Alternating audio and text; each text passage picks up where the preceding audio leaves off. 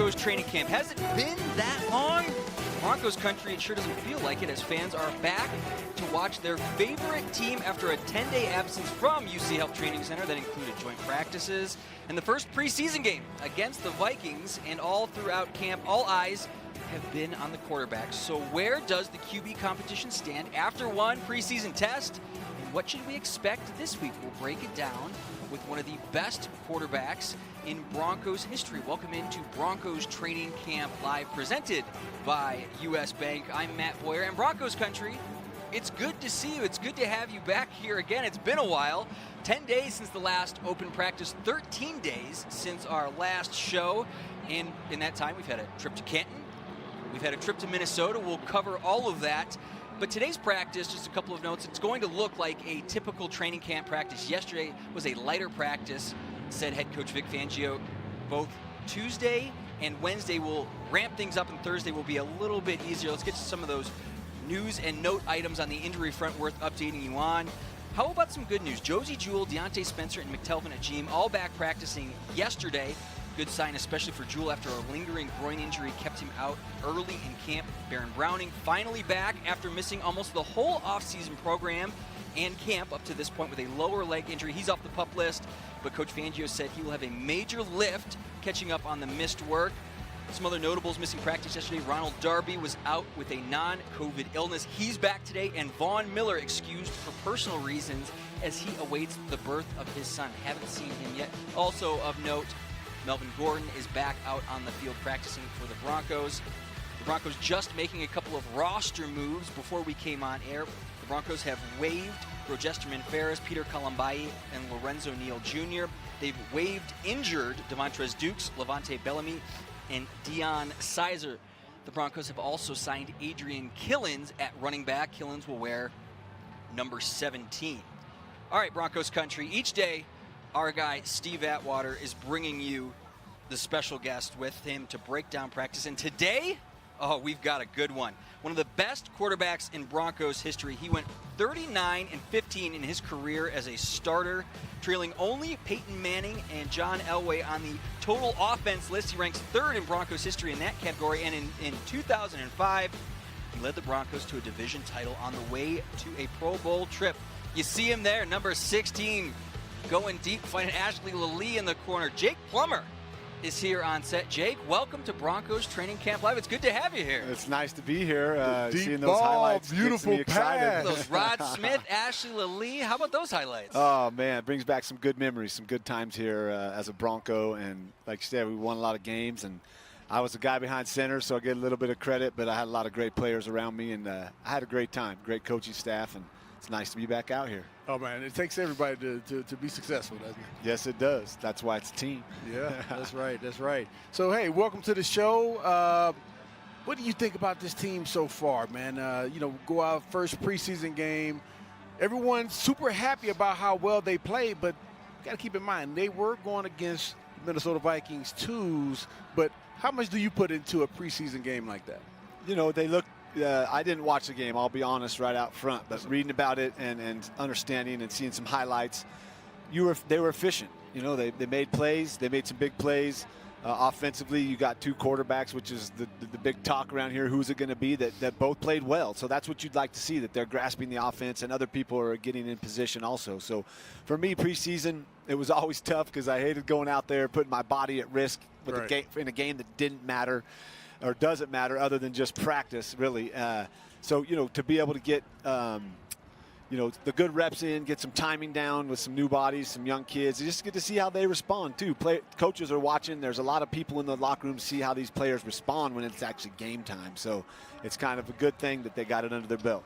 Well, how big of how much, credit will you give the team for going up against the second team? It's preseason, so like I said, 33-6, it was good. Yeah, you should go beat the second team pretty badly. If you don't, then there's something wrong. Okay, all right. Well, I mean, we didn't have all our starters in there either, though. I mean, yeah. It's still the first game. A lot of jitters. You know, a lot of young guys with their first time getting on a field, seeing what it's like to be in the NFL. The fact that they, like I said, they were efficient. They look good. They made some plays. That's all I like to see. It's, for me, when I go into my first preseason game, it was, let's score on this first possession so I can go take these pads off and chill and watch these young kids try to make it. Because, like I said, I didn't want to ever put my body at risk when it didn't matter. But you had to still be a leader and go get those guys motivated. And it looks like, we got a couple guys that can get it done behind center. Now it's just a matter of getting the rest of the guys to buy in. Yeah, and we got a couple more preseason games to go, so we have to deal with it for a couple more weeks. Then we'll get to the real bullets flying there. When you look at this team, look at the roster, look at the running backs, the competition, Melvin Gordon, then you got Javonte Williams, the rookie out of North Carolina, Demarius Crockett, he played well at the running back position in the preseason game, and then the weapons at the wide receiver position. What are your thoughts about what this team can do and the potential of this team for this year? Offensively and all that stuff sounds great. Young with some speed, but in this league we know now it's how can you stop the pass? Can you get in front of the explosive players, that especially in their conference? Can you put the brakes on the Chiefs' offense? Can you cover Kelsey? Can you put at least get in their way and have at least enough firepower and offense to match that? So I think the strength what we're looking at is the secondary right now, and really keep an eye on them to see how they do not only in the preseason, but then once you get into the real bullets. Offensively, I think they got all the weapons they need. They got a lot of speed. They've increased tremendously their speed, and they got two capable quarterbacks.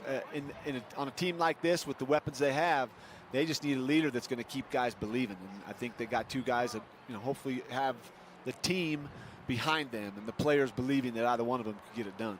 You said it. You got the Kansas City Chiefs, you got the Raiders, you got the Chargers. What would be your strategy? I mean, would you try to build up the defense to try and stop their offense, or would you focus more on your offense trying to score as many points as the other team? I mean, there's a fine balance there. You got to run the ball too in the NFL still, I believe, especially as we saw, big play action pass for a big touchdown in the preseason game. You have to run the ball too to open up a lot of that. As you saw, the highlights they showed me, almost every one of them, I was making a fake to a running back coming out. Now my guys got to step on the defensive backs, and very well if the run game's happening, you got to come. You're leaning forward when they're going behind you, and that's a tough transition. So obviously to stop these high-powered offenses and these high-powered players in the AFC West is going to be tough. But at this point, it's trading possessions, really. Can you own the possession time? Can you finish possessions with points and, not give that other team the ball unnecessarily? Turnovers will happen, but can you limit those turnovers and have an efficient offense that's, I think, balanced? In this era right now, I think a real good balanced offense is what can keep you in the game with those really high-powered, fast-flowing, high-scoring offenses you're going to face. Both those quarterbacks, Jake, you just mentioned it, they looked balanced in that first game. One thing I wanted to get to you on, though, you got to Denver in year 7. Last year in Arizona, you went 5-11, but then you get to Denver and it's 9-2, it's 10-6, 13-3. You guys just rattled off the winning season. How much of that for you was new team, change of scenery, and Teddy Bridgewater comparatively is coming in after 8 years of experience, kind of in the same place in his career as you were. Can he have that kind of flip the switch moment here with this team, do you think? No, I don't think so. I mean, he came in when there's a quarterback here in place, and when I came in, I was coming in as QB number 1. Shanahan was after me. I made a choice between Chicago and here, feeling that this was the best place to try to win a championship, and we damn near did it in 05. So I didn't have somebody as capable or even better than me right next to me. So I had to push myself. I had to be, the main motivator of me getting better and pushing my teammates, and that's what got me to be the leader I was here with this Broncos organization. And it took some time, but those 13-3 seasons were awesome. We built a really solid team with some real solid veterans that actually made my job and my life easier. And I think having a guy like Teddy, if Drew can handle it and be the guy and make it happen, which I truly believe he has the skill set, the talent, the mental strength, everything needed to be a top-notch quarterback in this league. Having a guy like Teddy behind him, that's a really delicate relationship. His leadership could come in and help Drew, or it can hurt him if we're putting too much power into it. Teddy's the answer. Well, I think we have the answer in Locke. You see the numbers there from Saturday's preseason game. Locke getting 20 snaps, Bridgewater getting 19, but very impressive. A 153.3 rating for Drew Lock. The 2 touchdown passes was virtually perfect. Only had 2 incompletions. Teddy Bridgewater, though, comparatively pretty good. 7 of 8, 74 yards, 1 touchdown, 144.8. Only 1 incompletion. Locke said he really wanted that 2-point conversion to Jerry Jeudy in the end zone. He wanted that pass back, but otherwise played pretty good. You know, when you've got a quarterback battle like this, Jake, what's the obviously you weren't in a quarterback battle here, but what's that mentality like when you're essentially competing for that job day in and day out?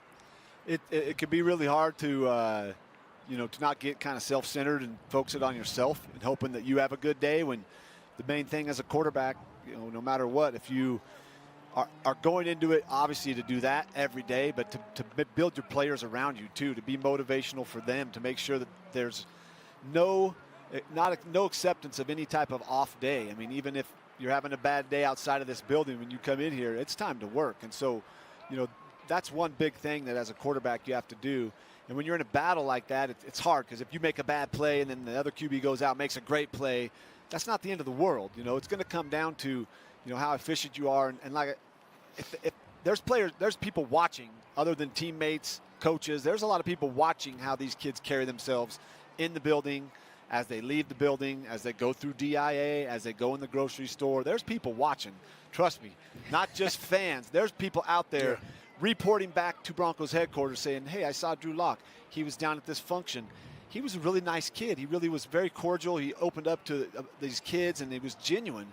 That kind of stuff is what, I think is more important when you're in a battle, because it keeps you sane, it keeps you real. And then when you step onto the field, that shines to your teammates. Your teammates want you to succeed. They want you to do better.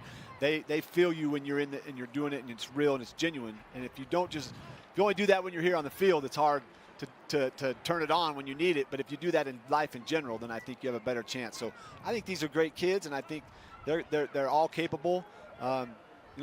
It's always nice to have a guy like Teddy in the background that can get it done, because in this league we know QBs can get injured, and if you have a good one behind it, then you don't miss a beat. Yep. Get a look at the defensive backs on the screen there. See, Caden Stearns had a nice, solid game as the rookie safety out of Texas. Now, you mentioned, going back to the quarterback situation, that preseason, you don't put a lot of stock in it. Don't want to necessarily, put everything on the line during preseason. Now, in a situation like this, Coach Fangio has said that the quarterbacks, no one is really separated from the other. He could make a decision right now or sometime soon. We'll see when that happens. But what do you think one of these quarterbacks has to do to separate themselves from the other? Or can that even happen now? Yeah, I don't know. I think what separates them is that Drew Lock was drafted to be the quarterback here, and I still believe in that, and I still think that the team and the management believes in that. Teddy Bridgewater has been around, and he's a journeyman, and he's coming in here to compete for a job, of course, and I think he would have to shine brilliantly in order to take that spot. And I think that's the right move. Obviously, yet to be seen.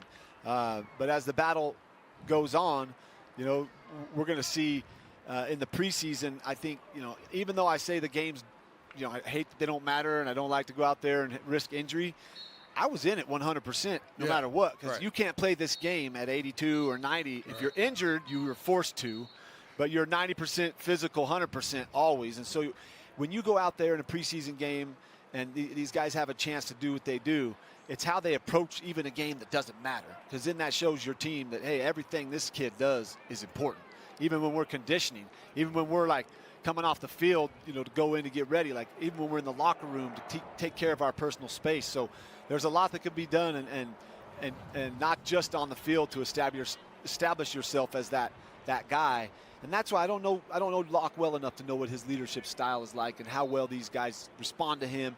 I like his mentality on the field. He's pretty loose, but sometimes being loose and dancing and like having that flow could be a sign of insecurity too. Like sometimes it's all right to be pissed off, have a scowl on your face, and be ready to MF anybody else besides the guys that matter. And so I haven't seen that edge with him yet, and I'm waiting for that. I want to see when it's tough for him, what happens. What do? You going to just roll over and let Teddy take your job, or are you going to go fight your ass off for it?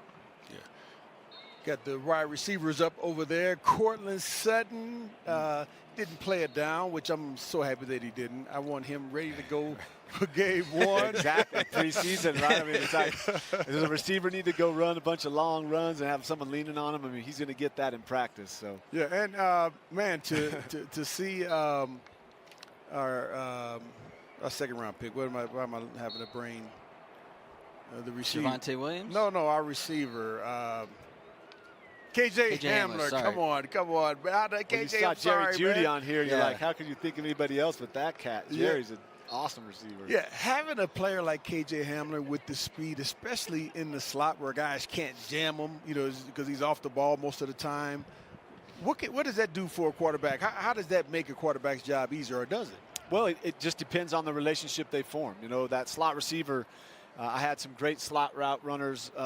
We didn't go in three receivers all the time back in Arizona days, but when we were, Frank Sanders was my slot guy. Okay. And Frank Sanders is a guy not many people talk about, but he was phenomenal. Me and him dominated for a couple years on third down completions. We led the league. So what made him great, though? Was it just his hands? Was his everything about him made him great. The way he approached being a teammate, the way he approached practice, the way he approached the offseason. But what really made him great for me was that he was in my head. He knew my progressions. He knew when to break open. He didn't break open when I wasn't there. Okay. He broke open when I was like 1, 2, oh, there he is. Right. And we were on the same page at a high level. And that came from a lot of reps together. Yeah. A lot of reps on the field at the facility, a lot of reps down in Ahwatukee working out with Brett Fisher, a lot of reps at Chandler High School when no one was around, and it was finally down to like 99 degrees on an evening in the summer, right. And we could go out there down and throw. To 99. Yeah, we'd throw until we got tired, and then Aeneas Williams would have me throw some more balls to him, and then I'd get tired, and then Aeneas would be running 110. So we knew how to work from the guys around us, and Frank was a hard worker. So this young kid needs to get in the head of these quarterbacks if he wants to be an explosive slot receiver. He needs to be so in their head and know what they are wanting from him that then he can become that guy, create separation when it's needed, not when we're not looking at it. You talked about some of the weapons there, Jake, that you've played with in your career. When you got here in 2003, you had Rod Smith, Eddie Mack, Shannon Sharp, Clinton Portis. Yeah. How much easier does that transition become, or how much easier do things become for a guy like Drew Lock when he's got Javonte Williams, Melvin Gordon, Noah Fant, Cortland Sutton? When you have weapons like that around you, how much easier does the game become? Oh, it's not easier. It's just you feel more comfort. You go in there knowing, like, all right, I got my blanket, I got my water by my bedstand, a chapstick in case my lips get dry. You got all your comfort items right there with you. You get ready to go do it. Now I'm taking time to sleep just because that's what I thought. But he's got, Drew's been here with those guys you mentioned for a while. When I popped into the Broncos organization, it was new to me to have a guy like Rod Smith. But, I mean, Rod Smith is going to do whatever he needs to do to make my life and my job easier. And that's the greatness of Rod Smith.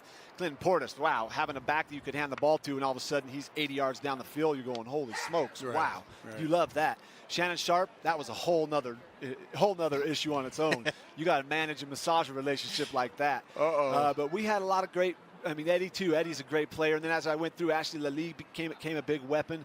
We had a lot of great players. And so having weapons, but also having a system that those weapons fit into was the key. The weapons were used accordingly. You didn't bring a knife to a gunfight. You brought Rod Smith because he could do everything.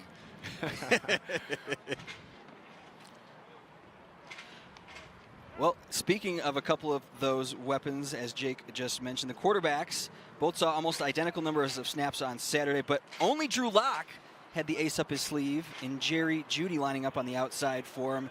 Jerry has been lighting it up all camp, and our Sidney Jones caught up with number 10 before he hit the field this morning. Jerry, only a couple more days left of training camp officially. How do you think camp's gone overall for the team this year? It's gone good. We just out here enjoying each other and just having fun with doing what we love doing. And I feel like we're getting better each and every day we're being out here. Back from Minnesota now, how beneficial do you think those joint practices were? And what do you think you got out of that first preseason game? It's very beneficial, just to go against other teams and other players and see stuff you ain't never see against our defense. So it's very beneficial, so yeah. What'd you think of Drew and Teddy's performance overall against the Vikings? Drew and Teddy, they put on a show. They both played good, did what they were supposed to do when they were in. I'm excited to see what they do next week. For you, what area of your game do you want to continue to focus on over the next couple weeks of preseason before the regular season? Just making the plays that come my way. That's mainly what I'm focusing on. Just catch everything and just make all the plays. Jerry, appreciate your time. Guys, back to you. Thank you, Sydney. If you want the biggest motivator for 2021 for Jerry Jeudy, it's these stats right here. Even though he finished second all-time for rookie receptions and receiving yards by a Bronco, Jeudy has said more of those targets you see there need to be completions, and that they will be in 2021. Guys, Jerry Jeudy has been out here all camp putting dudes in a blender in one-on-ones and 7-on-7. The routes look crisp. He looked good on Saturday with Drew Lock. Jake, to you first, what's the biggest thing for a rookie going into year 2 that wants to make that leap, that jump? What's the mentality? Where do you need to be physically and mentally in order to make that jump in year 2?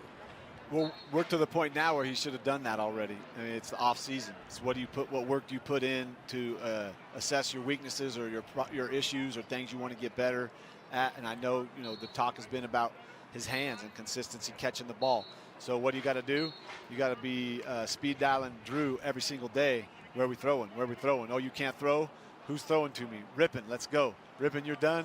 Where's the jugs machine? You got to just get on it and make it become second nature so that when you're in a live game and that ball's coming, it's not even an issue anymore. Everybody else will be thinking, oh, but you're like, nah, I got this. And that's where it's got to be. And second-year receivers usually, you like to see a progression where they, maybe not necessarily more extreme or better numbers, but just better all around. Because receivers we take for granted. We say they receive, but they also give it when they're run blocking. So if he's not accepting the fact that, hey, I'm going to be a potent route runner and a great receiver that has great hands, but I'm also going to go light up these DBs when it's a run game, that's one more step too, that if he wants to become a complete receiver in year 2, I'd like to see that from him even more than catching every single ball that even comes near him. That's obvious as a receiver. You got to do that. Now, as a teammate of a receiver or in the quarterback of a receiver who's dropped some passes, how does the quarterback, what role does he play in getting his confidence up, in addition to the reps? Yeah, you hope those kind of things don't become a problem, but what you got to do is give him the confidence he needs, to go, hey, practice is over. Where are you going? Let's go. I'm going to stay out here with you. Tell PR guys, media guys, I'll be out in a minute. I got to make sure, don't tell anybody this, or do it in private, or do whatever you got to do to instill confidence in him. And what I would always do is I'd go over and say, come on, man, I know you better than that. And I'd say, I'm coming back to you. So if you're gonna let this sit, right, you better let it go, because I'm coming back to you. I'm going to need you. I'm going to need you in this game to make a play. I need you to catch the ball. I know that you can. So pick it up. Let's go. Just encourage them, because once it becomes in their brains and an issue, and all of a sudden, oh no. I saw it early in Noah Fant's career. A lot of balls went through his hands. And so that just becomes, it's got to become something where I never played receiver past my junior year in high school, but I had great hands and could catch the ball. But when you're running and in traffic, it's a whole different ball game. Man. So you got to shut everything out. Yeah, back in the day when you were standing there ready to take your rib cage out, that's why I played defense. Yeah, that's crazy. Now you're safer. You're a little safer. So when you see a guy go and he's alligator arming it, he obviously hasn't read the rules in the league that you cannot hit anybody anymore when they're defenseless. So go sell yourself out for every single ball like you're at recess and the bell's about to ring. Get the ball. Make it happen no matter what, because you're really not going to get hit that hard anymore. That's disrespectful, though, man, defensive players. No, but it's around the league. You know what, though? Defensive players now are required to be even more skilled at their job, because they have to be able to go be in position without just clobbering guys. And that's even a heightened skill set. I liken it to riding a mountain bike. These guys that have full suspension, $20,000, $15,000 bikes, they go downhill and they hit every rock in the road. They have no technical abilities. They just fly down it. Me, I don't have a hardtail, but I got an old bike, and I got to go down it, and I got to pick my way through. I'm a technician. So these DBs and safeties now need to become technicians. I agree. And not only getting in position, but knowing how to get into position. So they've heightened their defensive abilities, I believe, because the game's changed. No offense to safety. I mean, I respect the defensive all good, players. man. You like this style of ball.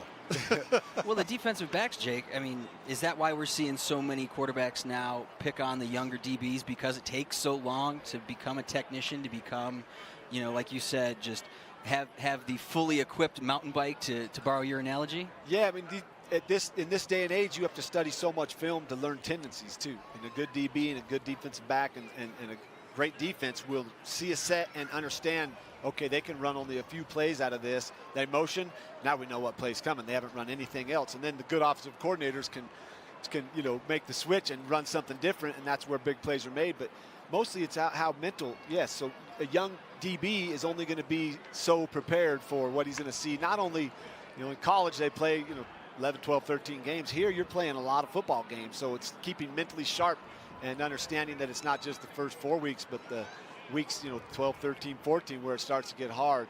But these DBs, I'm looking down here, and Simmons is phenomenal. I'd like to think he's one of the top leaders on this team. I don't know that though, but I imagine he is. He's got to be the right. leader of the defense, because Vaughn obviously is the guy, but Vaughn can't really mess around with being in guys' faces. He's got a job to do, and that's pressure on the quarterback. But a guy like Simmons is running the show, so I think leadership is huge. Leadership on this team. It's a young team. I'm looking around for guys, only a few that are over 10 years experience. And so what kind of leaders are those guys? Are they demanding the most out of every single human on this field? Even the guys putting the cones down, and even the guy holding this little camera behind the offensive set, like, hey, everybody steps out here in Mr. Boland's likeness, and what he wanted from this organization is what everybody do your absolute best every time you're asked to perform.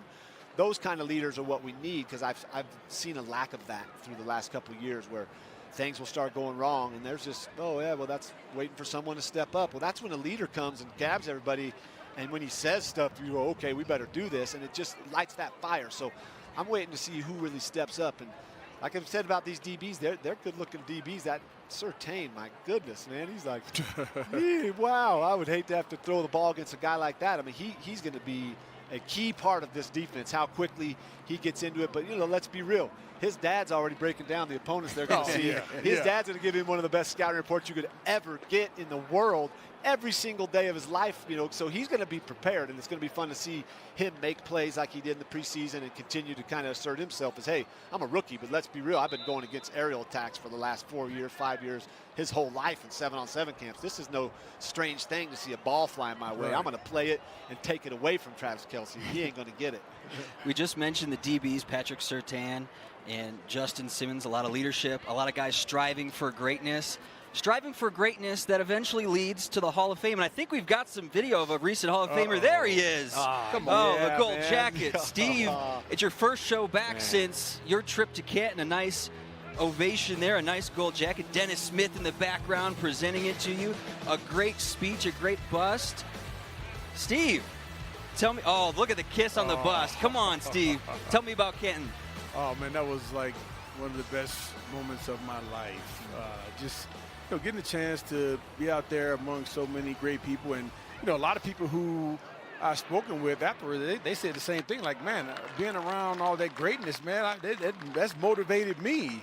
And, I got that same vibe. And, to have, all of my friends, family, teammates, coaches, high school teachers, little guys from my little league team when I played, just all in one place, man. That just doesn't happen very often, and it was truly an honor, man. We had a wonderful time. Well, congratulations, Steve. We're happy to have you back here on set with back. us. Happy to be back. But we wanted to Thank acknowledge you and celebrate your accomplishments in the Hall of Fame since our last show. Jake, do you remember Steve as a player and kind of the imposing? I know AFC, NFC, different conferences, and you never played against each other, but just kind of an imposing precedent that he might have set at the safety position? Of course, man. I mean, as an offensive player, you knew the good players around the league, or even as a youngster growing up, the players you like to watch. And he played a ferocious style of football, and I always laugh looking back at old footage of like how big our pads Shoulder were. pad. Oh, they're huge. I mean, even mine when I was a QB, they were huge. It's like, how did they even throw the ball?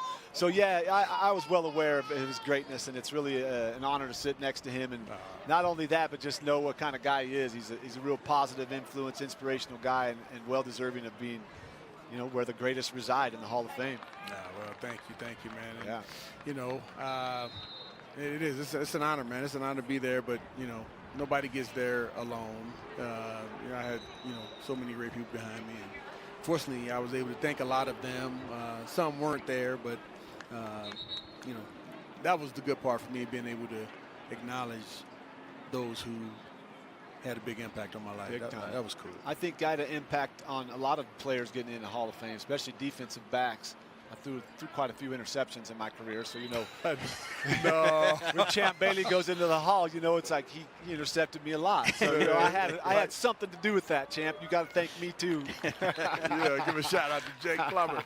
Well, we talk about the DB. We just talked about the DBs, Jake, and you mentioned Pat Surtain, his dad. How much of an asset is that for him as a rookie? You know, we just talked about the rookie learning curve, but you know, having a dad that's been in the league, broken down film, knows what to look for. How much of a head start does he have?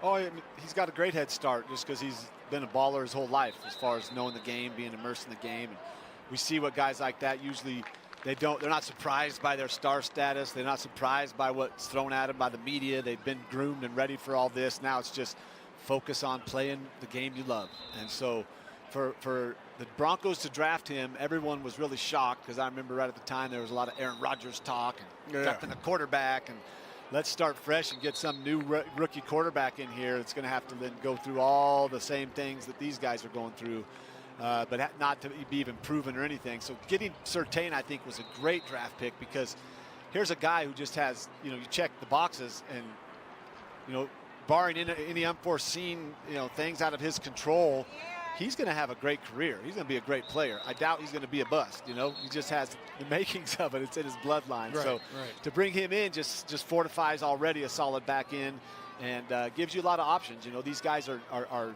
usually a DB is playing DB because, you know, maybe he didn't want to play receiver or maybe he didn't have the hands to play receiver. That was me. But they're superior. Athletically, they are superior little human beings, man. They can do anything. So when you have a lot of them and your depth is there, you're able to do a lot of fun stuff. They can return kicks. They can be out there doing all sorts of things. I think every one of these young DBs should fight to get on the field however they can. Special teams, you got guys that are hungry to make an impression so that the coach says, hey, you get a chance this week to come and be a starter. So it just breeds competitiveness amongst your teammates when you have this many good players in the back end.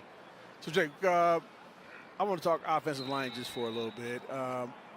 Which positions on the offensive line do you think are most important? I know they're all important, but do you think the interior guys are more important or the edge guys? They're all very important. I know that. Come on, I know that. And it's more like it's a unit. You know, it's five. How guys. would you rank them? These guys? No. I'm just saying, just most offensive important. line. All right. Center, your guards, and then your tackles. I've argued this point to a lot of people that the most important position on the entire football team is not the quarterback, it's the center. The center. And, there we go. you know, I mean, without the center, the ball's not snapped. I mean, that's the fundamental, like, duh, Yeah, right? right. But the center is just like, he has control over those guys that are around him. He is the cog there that's getting guys the calls. I make the call in the huddle. And what people don't understand is they get up and the front could change. They could shift right before I say set. A center has to be able to, like, really, I don't even know how they do it, telepathically to the guys next to him. Relay, yo, we got to now pass this down. It becomes a slide left, not a slide right protection. So a center, having a good one, having a solid one, having a durable one is so important. I liken him to be as important, I mean, the most important. Then you got the next thing. I mean, obviously quarterbacks are going to be important. We don't need to say that anymore. The tight end. The tight end is very important. You have to have, in this day and age, a tight end that's going to own the middle and be a threat and be able to run block and be a tough-nosed, hard-nosed player. But the center is a guy, and the guards are super solid and important because they can keep that pocket intact when you're standing there. If they're getting pushed back, it's really hard when you're only 6'2", to have guys coming right in front of you and you still got to look down. So that interior is super solid. But with the speed they got now on the outside, these outside linebackers, I mean, tell me a tackle isn't more important when you got Von Miller lining up. Now he becomes kind of an individual on a group of 5 guys. When you have a defensive end like that, now your tackle becomes his own sole little island. Right. He better be a badass. That's all I'm saying. He better be damn good. But the trust that's there is what's important between a QB and their tackles, is that I got to trust no matter what that he's got the job done. And you can look back at film of mine where I get blown up from the backside. Well, I trusted that he was going to block the guy, and if he made a mistake, then I take the hit. But then he knows. I feel it, but he paid the price. Yeah, but they feel it too down in their heart. They respect and love you. Oh, yeah. Now that's the key too. Do you watch a tackle give up a sack? Then watch what they do. Now, when we want to see who's going to win the battle of this QB battle, do they get picked up by their own linemen? Do guys fight to help pick the quarterback up because they respect him so much? That's just one little thing I want to throw out there to watch, because if you don't have that, if guys aren't coming to help you up, then that means they don't really respect you. That they don't really take to heart, oh, damn, I just got Jake sacked. I just got Drew sacked. I got to go help him out, man. I feel horrible. Come on, man. I won't do that again. There's a bond there. There's something there. So this O-line has a lot of work to do. I saw last year many times, and, a lot of people were on Drew Lock, but many times, man, as soon as he snapped the ball, he had pressure right up the middle. And how difficult is it to run a play? If, right when you get the ball, it's like you have pressure. Back to, I guess, answering your question, the interior is really, really important. Obviously, outside when you're in shotgun all the time and you're dropping back to 7-8 yards deep, you've got to have some tackles that can run those guys around you and give you the space. But if you do drop back and you can't step back up into that pocket, your instinct is to flush left or flush right. And usually they go right because most quarterbacks are real comfortable throwing to the right. I try to convince myself always to roll left when stuff got crazy because, no one expects a QB to roll left. But when you have to bounce out that way and you can't go forward in the pocket, that's when it gets really hard as a quarterback to play laterally. It skews your vision, it skews the angles, and these defensive guys are so fast. You think, oh, I got a lane. No, you don't. These guys are on you. They're watching you, and they're tracking you like a hound. I mean, they're on you as soon as you decide to go. So interiorly, if you got a solid center and 2 guards, I think the key is that those guys know each other so well they don't have to communicate a shift. They know defenses so well that when they do shift, they automatically know the call's coming. So if the guys around them and the tackles are not also on that same page, then you can see some indecision. You can see some back on their heels a little bit instead of being stout up front and confident knowing exactly what you're doing to block for the guy behind you. Yeah, well, I know everyone out there is wondering, why the heck can I see the full play? Give me the all 22 is what they say. You can't do it. Guess what? Because if you could see the full play, guess who else can see the full play? Our opponents. The Raiders. The Kansas City Chiefs. The Los Angeles Chargers. No, we don't want them to see it, so unfortunately, we got to keep the shots pretty tight on everyone. Well, we can see, Steve, that Drew Lock is taking the first snaps of the day with the first-team offense, and Bobby Massey is in there at right tackle. Bobby Massey is really the only new piece of this offensive line. You go from left to right, you got Bowles, Reisner, Cushenberry, Glasgow. All of them have played together with each other last year, except for Massey. So, Jake, that 5-man chemistry, how long does that take to build when you're trying to integrate a new guy? Depends, They spent damn near every second together during the offseason in the summer and went camping or biking or did something fun to keep, not just doing football, but growing their bonds together. We'll see a tight unit. My linemen, when I was here, man, they were super tight. They did a lot of stuff together. They were around each other a lot. They always watched the same shows and had stuff to talk about. So, they were just they were peas in a pod. And so if you have that, then you have a trust and a respect, and also the ability to call someone out. Because at times guys need a little ass chewing, and when they got to give it, you got to be able to give it to each other and not get sensitive and get soft and feel like, oh, poor me. But adding a guy like Bobby to the mix is just a veteran. He's a veteran that's seen it, that's done it, that can add a little solidarity there and confidence behind center. Nothing worse than being a quarterback that doesn't have confidence in your O-line. And no matter what, you have to give them 100% confidence, even if you know there's weaknesses. Because if you don't, then you can't do your job. And, earlier talking about why can't we see the whole play? I often wonder why we can't do that at home watching the game, because you see a quarterback struggle and all we think is, oh, he's not getting rid of the ball. But we don't get to see what's happening downfield. So everybody's covered. Yo, that DB's all over him. He's holding him, not getting called. Right. Or they're doubling him, or all sorts of things that we don't get to see. Plus the angle that the QB's looking at, oh, he's wide open.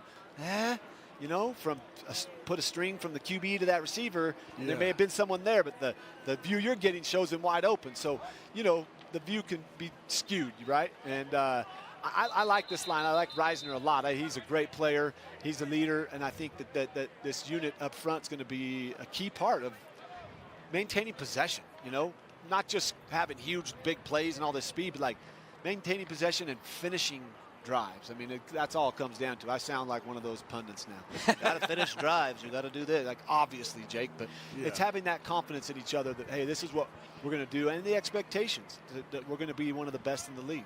Showing the Tiny Moody there, the guard. This is a strong guy. I forget how many reps did he do? Like 40? I believe it was 33 or 34 reps at the combine. It was more than that. I think it was in the mid-30s. It was like 40 something. It was crazy. Are you sure? 40 at 225? 225. It was ridiculous. Because I've seen people do 30 before. I've never seen anybody do 40. 39 to 40, Matt. Far be it from me, Steve, to shorten Tani Moody on his his combine 225 reps. 225 reps. Come up here and bench press you for that. Exactly. Like, come on, I got you. And I saw a play of him in the game where he was holding his big offensive lineman off with one hand and just can't get in here. Everybody's talked about how strong he is. It's been really impressive. Quinn Minor's there. We see him working at center as well. Nice. The thing about O-linemen that, bench press is great, but do they have core strength? Is their center, is their hips and abs and core, is that strong? Because you can push on a guy with one hand, but if you're weak core, you're going to bend back. If you're strong core, you can lock that in and give me that half of a second I needed to get that ball gone and maybe not hit my thumb on the top of your head, or maybe have to not choke it down and then throw a little errant high pass that then gets tipped and picked. So, yeah, core strength is huge, and I like to think that Lauren Landau's been getting these guys ready or giving them the right protocol to make sure they're stout and strong down in their core. Steve, I got it for you.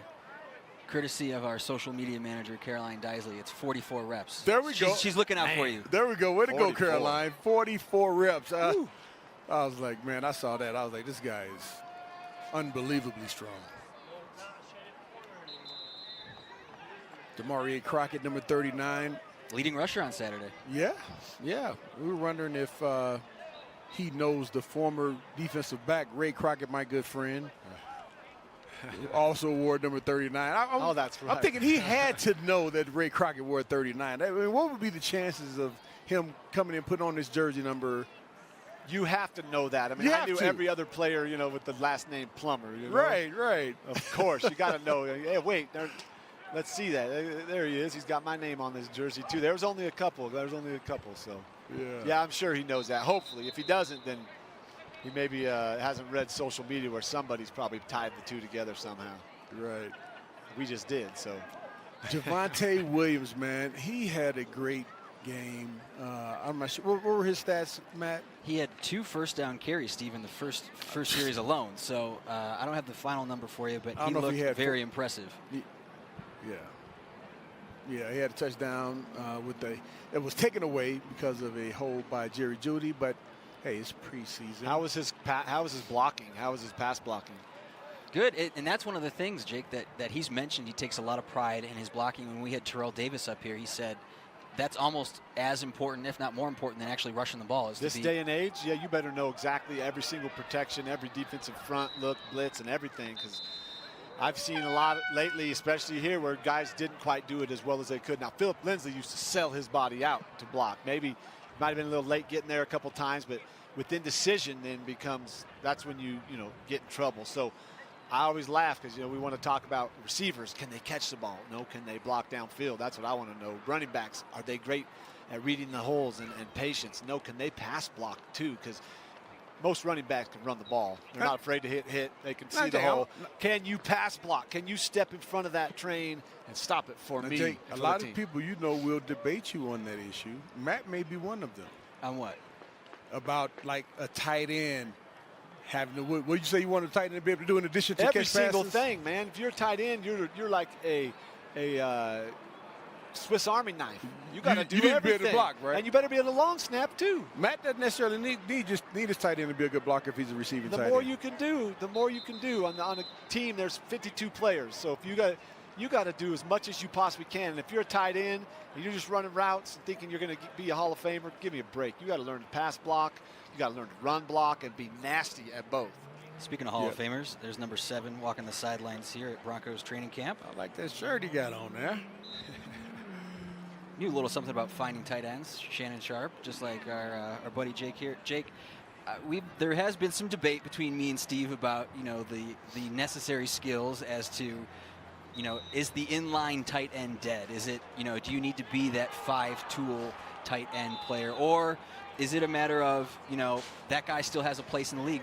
What's your opinion on the fact that some tight ends are primary blocking tight ends and some guys are like Noah Fant, like Alberto, they can get out and really get on the edge and make people miss. What's your take?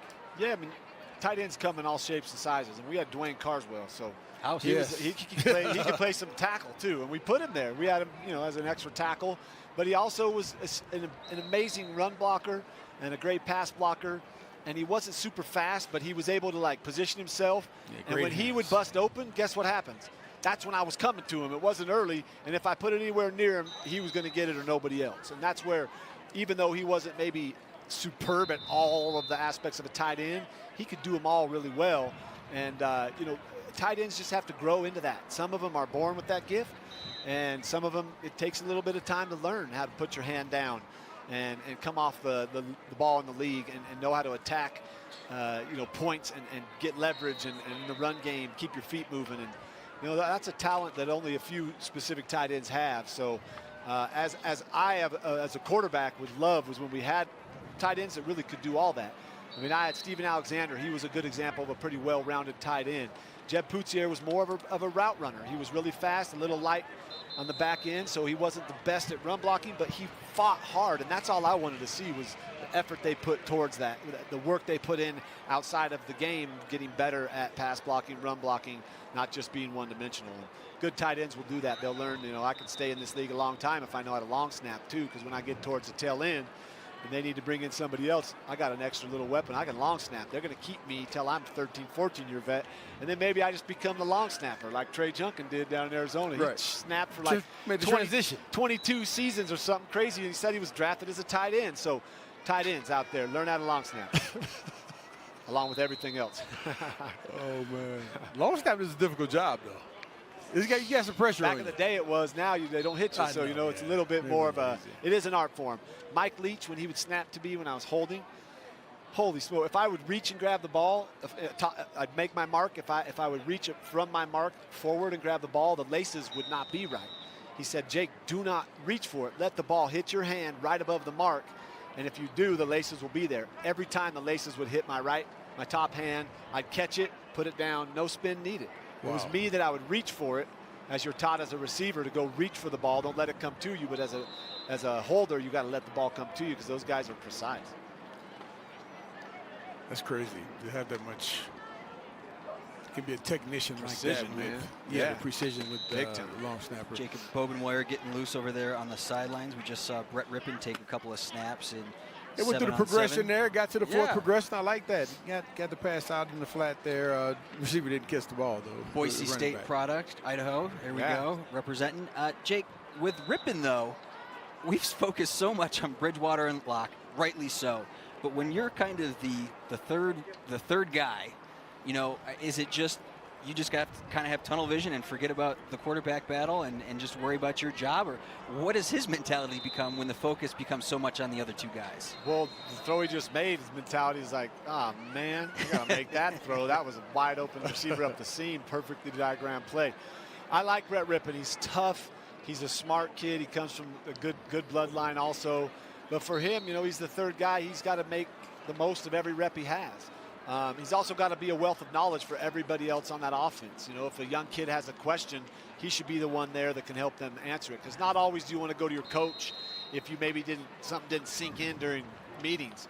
Because you don't want to be, getting a reputation for not being a good learner So sometimes it's nice to have a guy back there that's really smart, that knows the offense, knows his checks, knows what we're doing today, that you can kind of go back and lean on occasionally. So he needs to be that guy for everyone on that offense, a quiet leader, but also he's got to be prepared. It's a hard job. He's got to know the offense in and out and be ready.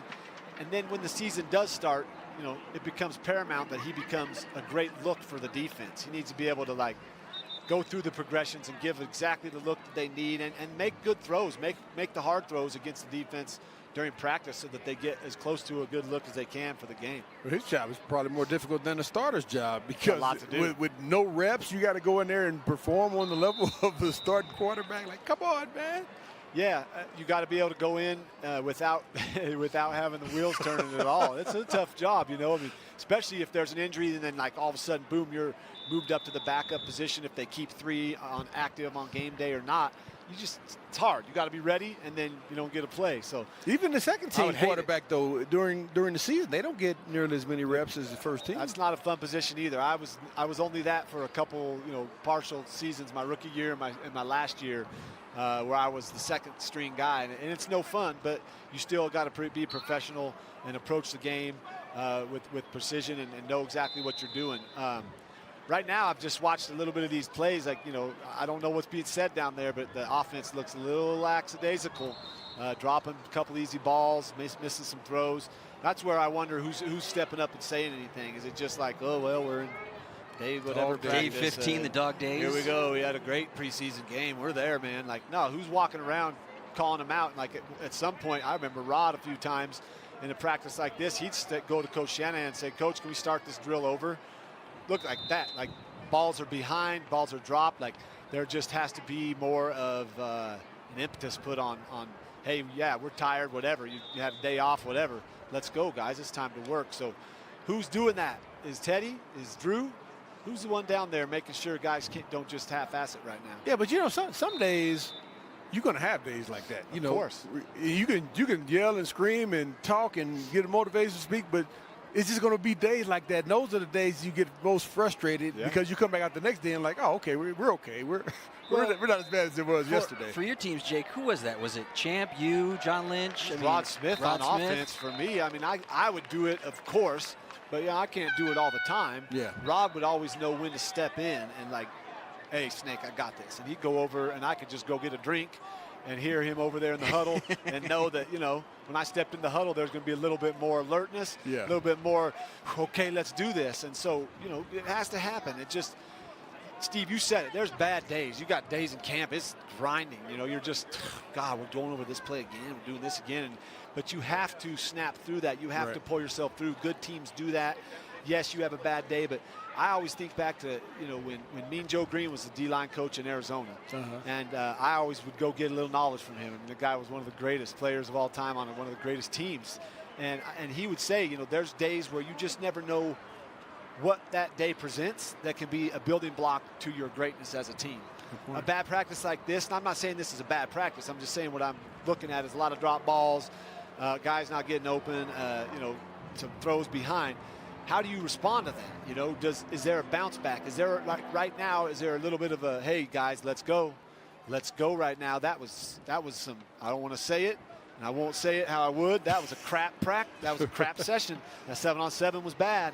Let's step it up. Let's make sure this next, you know, whatever we got next is high level. And so that's where your leadership comes in. And I had plenty of those guys. On defense, you know, I let Al Wilson, I let John Lynch, I let the guys on defense take care of it. I could motivate them by just going and talking a little smack. Oh, yeah. Like, oh, today's going to be a big one. You guys ready? We're going to go deep on you, shallow on you, everything you can do, everything we can do. We're going to tear your asses up today. Y'all talk noise in practice? And they get mad, and that's what I wanted. I wanted Champ's best. I didn't want him at 80%. I wanted him to be like, Snake, not today. I'm shutting you down. Good. That's what I'm going to get at the games. That's what I want in practice, or as close to it as you can get. And that's when, you know, the good teams, you don't have to do that very often. It's just there's a pulse, there's a feeling. Guys know already, hey, this is lackadaisical, let's pick it up. Coaches don't have to say anything. When the coach has to jump in, that's when that day, you know, it's a bad day. And right now it's not a bad day. I'm just saying who's the leader that's going to make sure the next session is crisp. As we start to wrap things up here at UC Health Training Center on day 15 of camp, Final thought from each of you guys, Steve and Jake. Jake, I want to start with you. Just, expectations for this team this year, or expectations as we wrap up the preseason. Just what's on your mind? I'm excited to see what happens. I think, for me personally, this last season was strange. COVID and a lot of things going on in everyone's lives, and here's football being played. The players, I'm sure it was a huge adjustment for them and you guys and the staff and everybody. So a lot of craziness went into last year, but that's past us now. We're hoping to get into some normalcy. Obviously, getting back to it is a lot of fun. It's going to be exciting and fun to see how everyone responds to this team from the start. Because if they don't come out gangbusters, how do we weather that as fans? Are we going to be patient with this? Because it is still a 16-game season, and we've seen plenty of times teams that start slow, but they catch that groove, and they get hot, and they finish strong. Super Bowl champs last year, let's be real, they weren't amazing. They weren't dominant. They had some bad games. Then all of a sudden they got in their groove, and everybody believed in them. And when I think of this team and I think back to my days, it's belief. It's a belief that, hey, management has done everything possible to bring all the right pieces of this puzzle together. Now, I believe in you. I believe in you. I believe in you. I believe in the guys that are cleaning the balls and getting them ready. I believe in the equipment staff. There's got to be a belief that starts as a seed right here and as a spark on this field that then goes so strong and builds so much that even on a bad day or a bad game or a bad half, you still can fight through that. And so the belief has to be there, and it has to start out in the field with number one, the QB. Who's going to be the guy that keeps these guys believing? Steve, as we wrap things up, QB battle still going strong. Teddy Bridgewater going to get the start on Saturday. What's your expectation for this week? Well, I know the guys are pretty confident and feeling pretty good. I don't want them to get too high, though. We got to keep everything in perspective. Like I said a little earlier, they were going against the twos, but they played extremely well. We didn't have a lot of our starters in as well. I'm extremely excited about these guys. I'm excited to see. I think Von Miller, he'll probably play some. Cortland Sutton will probably get some run. Bradley Chubb. So we'll get a chance to see this next preseason game a little bit more what it's going to look like week one.